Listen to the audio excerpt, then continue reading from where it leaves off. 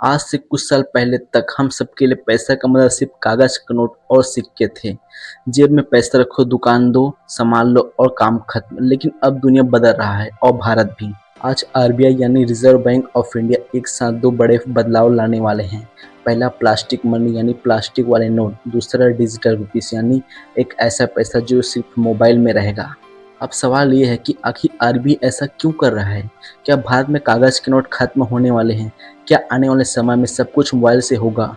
और सबसे बड़ा सवाल, क्या ये बदलाव हमारे लिए अच्छा है या इसके पीछे कोई ऐसा सच छिपा है जिसके बारे में आम लोग को नहीं जानते?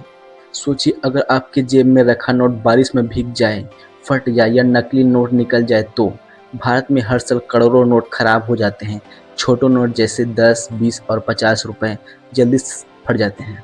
आरबीआई को बार बार नए नोट छापने पड़ते हैं और इसके हजारों करोड़ रुपए खर्च आता है। ऊपर से नकली नोट का खतरा अलग।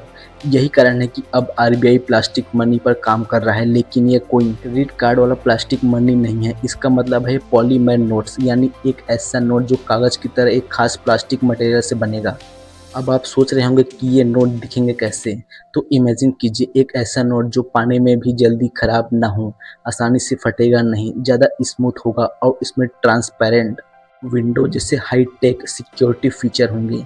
ऑस्ट्रेलिया, कनाडा, यूके और सिंगापुर जैसे कई देशों में ऐसा नोट पहले से ही चल रहा है। भारत में भी इससे पहले पायलट प्रोजेक्ट ट्राई किया था, लेकिन एटीएम और मशीनें की दिक्कत की वजह से काम रुक गया। लेकिन अब आरबीआई ने फिर से इसे रिवाइव करने की तैयारी कर रहा है। असल में आरबीआई की सबसे बड़ी परेशानी है सॉइल नोट, यानी गंदे और फटे नोट। भारत में कैश का इस्तेमाल अभी भी बहुत ज़्यादा होता है। यूपीआई आने के बाद गांव, छोटे शहरों और लोकल मार्केट में कैश किंग है। लाखों लोग नोट को हाथ लगाते हैं। नोट गंदे होते हैं, फटते हैं और फिर आरबीआई को उन्हें रिप्लेस करना पड़ता है। अगर पॉलीमर नोट लंबे समय तक चलेगा तो आरबीआई का प्रिंटिंग कॉस्ट कम होगा। मतलब शुरुआत में खर्चा ज़्यादा होगा, लेकिन लॉन्ग टर्म में फ़ायदा हो सकता है। लेकिन हर चीज़ के दो पहलू होते हैं। प्लास्टिक नोट के फ़ायदे हैं तो नुकसान भी है। फ़ायदा यह है कि ज़्यादा टिकाऊ होंगे, नकली नोट बनाना मुश्किल होगा और जल्दी ख़राब नहीं होगा। लेकिन नुकसान, सबसे बड़ा इशू इंडिया में गर्मी। कई एक्सपर्ट का मानना है कि एक्सेट हीट में प्लास्टिक नोट चिपक सकते हैं या शेप बदल सकता है। दूसरा बड़ा इशू है इन्वायरमेंटल।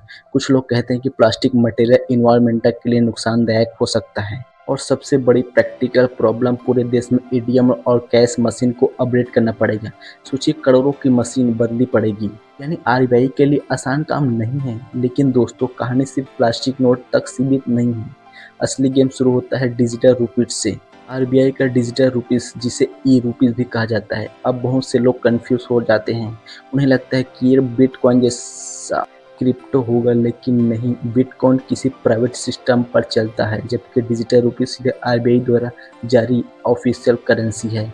यानी जैसे आपके हाथ में 100 रुपये का नोट है लेकिन लीगल है, वैसे ही मोबाइल में रखा 100 रुपया ई रुपया भी लीगल होगा। फ़र्क सिर्फ इतना है कि वो फिजिकल नहीं, डिजिटल होगा।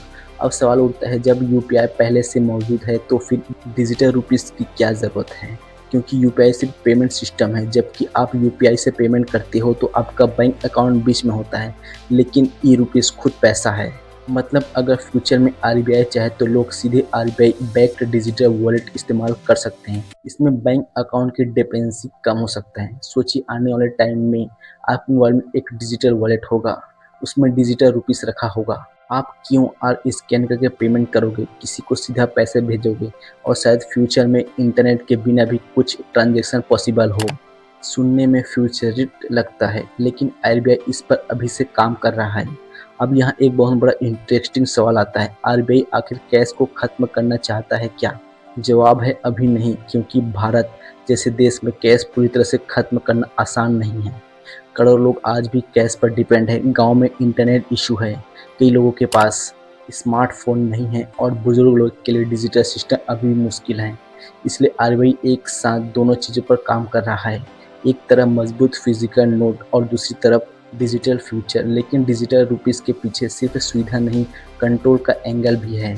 और यही वो हिस्सा है जिसके बारे में कम लोग बात करते हैं। इमेजिन करो, अगर फ्यूचर में हर ट्रांजैक्शन डिजिटल हो जाए तो थियोरेटिकली हर पेमेंट ट्रैक की जा सकता है। आपने पैसा कहाँ खर्च किया, किसने भेजा, कितने भेजा, सब डाटा बन सकता है। यही कारण है कि दुनिया भर में सीबीडीसी यानी सेंट्रल बैंक डिजिटल करेंसी पर प्राइवेट डिबेंचर रहा है। कुछ एक्सपर्ट कहते हैं कि फ्यूचर में गवर्नमेंट लोगों को स्पेंडिंग पैटर्न तक मॉनिटर कर सकता है। हालांकि आरबीआई और सरकार कहते हैं कि प्राइवेसी का ध्यान रखकर ही किया जाए, लेकिन सवाल फिर उठता है, अगर पूरा पैसा डिजिटल हो गया, क्या इंसान की फाइनेंशियल प्राइवेसी खत्म हो जाएगा? दूसरा डर है साइबर अटैक का। अगर सर्वर डाउन हो जाए या हैकिंग हो जाए, कैश कम से कम फिजिकल बैकअप होता है, लेकिन डिजिटल सिस्टम टेक्नोलॉजी पर डिपेंड करता है और जितना बड़ा टेक्नोलॉजी उतना बड़ा रिस्क है। चीन, यूरोप और कई देशों में सीबीडीसी पर एक्सपेरिमेंट चल रहा है और हर जगह यह सवाल पूछा जा रहा है, कन्वेंशन ज़्यादा इम्पोर्टेंट है या प्राइवेसी? अब यहाँ एक और बड़ा एंगल आता है, डिजिटल रुपीस फ्यूचर में बैंक को भी इम्पैक्ट कर सकता है। अगर लोग बैंक में पैसा रखने के बजाय सीधे आरबीआई वॉलेट में पैसा रखेंगे तो बैंक के पास डिपॉजिट कम हो सकते हैं और बैंकिंग सिस्टम डिपॉजिट पर ही चलता है। इसलिए आरबीआई बहुत केयरफुली और धीरे धीरे डिजिटल रुपीस को आगे बढ़ा रहा है। लेकिन एक चीज़ साफ है, दुनिया तेज़ी से आगे बढ़ रहा है। पहले कैश आया, फिर कार्ड आया, फिर यूपीआई आया, अब डिजिटल रुपीस की तैयारी हो रहा है। टेक्नोलॉजी हर बार कन्वेंशन लेकर आता है, लेकिन साथ में कुछ नए सवाल भी छोड़ जाता है।